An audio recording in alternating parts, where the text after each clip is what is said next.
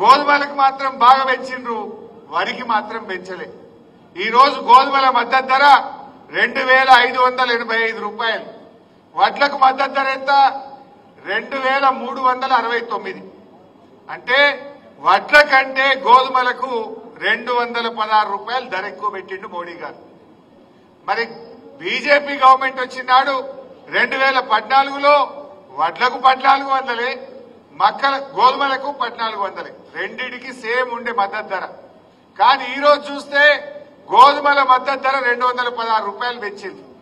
అంటే దక్షిణ భారతదేశంలో పండేటి ఏమో వడ్లు, ఉత్తర భారతదేశంలో పండేటి ఏమో గోధుమలు. అంటే మోడీ ఇలాకాల వాళ్ళ గుజరాత్లో, వాళ్ళ ఉత్తరప్రదేశ్లో, వాళ్ళ ప్రాంతంలో పండే గోధుమలకేమో ధర పెంచిండ్రు. మన తెలంగాణలో, మన దక్షిణ భారతదేశంలో పండే వడ్లకు మాత్రం ధర కమ్మి చేసిండ్రు. క్వింటల్కు 216 రూపాయలంటే 30-35 క్వింటలు పండుతాయి ఎకరానికి. అంటే ఎకరం మీద తెలంగాణ రైతు ఒక 6-7 వేల రూపాయలు నష్టపోతుండా లేదా? పెట్టుబడి అయితే సేమ్. నువ్వు ఆనాడు 1400 గోధుమలు ఉండే, 1400 వడ్లు ఉండే. ఇప్పుడు కూడా అదే ధర ఇచ్చుంటే మా తెలంగాణ రైతుకు ఎకరానికి 6-7 వేల రూపాయల లాభం వచ్చునా రాకపోనా? అంటే ఎంత నష్టపోయినట్టు ఈ 10 ఏళ్లలో? ఎన్ని క్వింటాలు, ఎంతమంది రైతులు, ఎన్ని కోట్ల రూపాయలు ఈ తెలంగాణ నష్టపోయింది? మరి సబ్కా సాత్ సబ్కా వికాస్ అంటే ఇదేనా? ఇది బక్వాస్ కాదా? సబ్కా సాత్ సబ్కా వికాస్ అంటే మరి మన వడ్లకు కూడా గోధుమలతో పాటు సమానంగా 2585 రూపాయల మద్దతు ధర ఇవ్వాల్సినటువంటి అవసరం ఉంది. దీని మీద బీజేపీ ఎంపీలు ఎవరైనా అడుగుతాడా? కేంద్ర మంత్రి కిషన్ రెడ్డి నోరిపుతాడా? బండి సంజయ్ మాట్లాడతాడా? ఒక్కరు కూడా మాట్లాడరు. వీళ్ళకి వాళ్ళని చూస్తేనే భయం పట్టుకుంటుంది.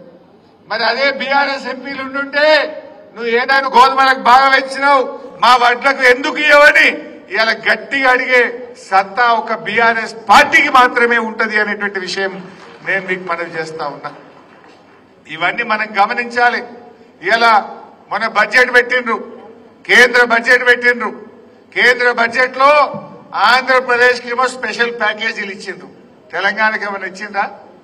ఆడ అమరావతికి ప్యాకేజీలు ఇచ్చిండ్రు, విశాఖకు ప్యాకేజీలు ఇచ్చిండ్రు, విశాఖ ఉక్కుకు ప్యాకేజీలు ఇచ్చిండ్రు. సరే వాళ్ళకి ఎందుకు ఇచ్చిండ్రని నేను అంటలేను, ఇయ్యండ్రి, బరాబర్ ఇయ్యండ్రి. కానీ తెలంగాణకి ఎందుకు ఇయ్యరు? ఇవ్వమని ఈ తెలంగాణ బీజేపీ ఎంపీలు, కేంద్ర మంత్రులు ఎందుకు నోరు విప్పరు అని నేను అడుగుతా ఉన్నా. మరి దేశం కోసం అంటే దేశంలో తెలంగాణ లేదా? కేంద్ర బడ్జెట్లో గుండుసున్నా, గోదావరి పుష్కరాల్లో గుండుసున్నా, మెడికల్ కాలేజీల్లో గుండుసున్నా, నవోదయ విద్యాలయాలు ఇవ్వమంటే గుండుసున్నా, చివరికి వడ్లకు మద్దతు ధర ఇవ్వమంటే మొండి చేయి చూపిస్తుంది. మరి ఏం చేసినట్టు ఇది సబ్కా సాత్ వికాస్ అవుతుందా? ఇది బక్వాస్ కాదా? మరి ఎందుకు బీజేపీకి మనం ఓటేయాలి? బీజేపీకి ఓటేసిన పాపానికి ఒక్కొక్క రైతుకు ఒక ఎకరానికి 7,000 రూపాయలు నష్టం జరుగుతా ఉంది. అంటే బీజేపీకి ఓటేసి 7,000 తుట్టి కావాలన్నా మన రైతు?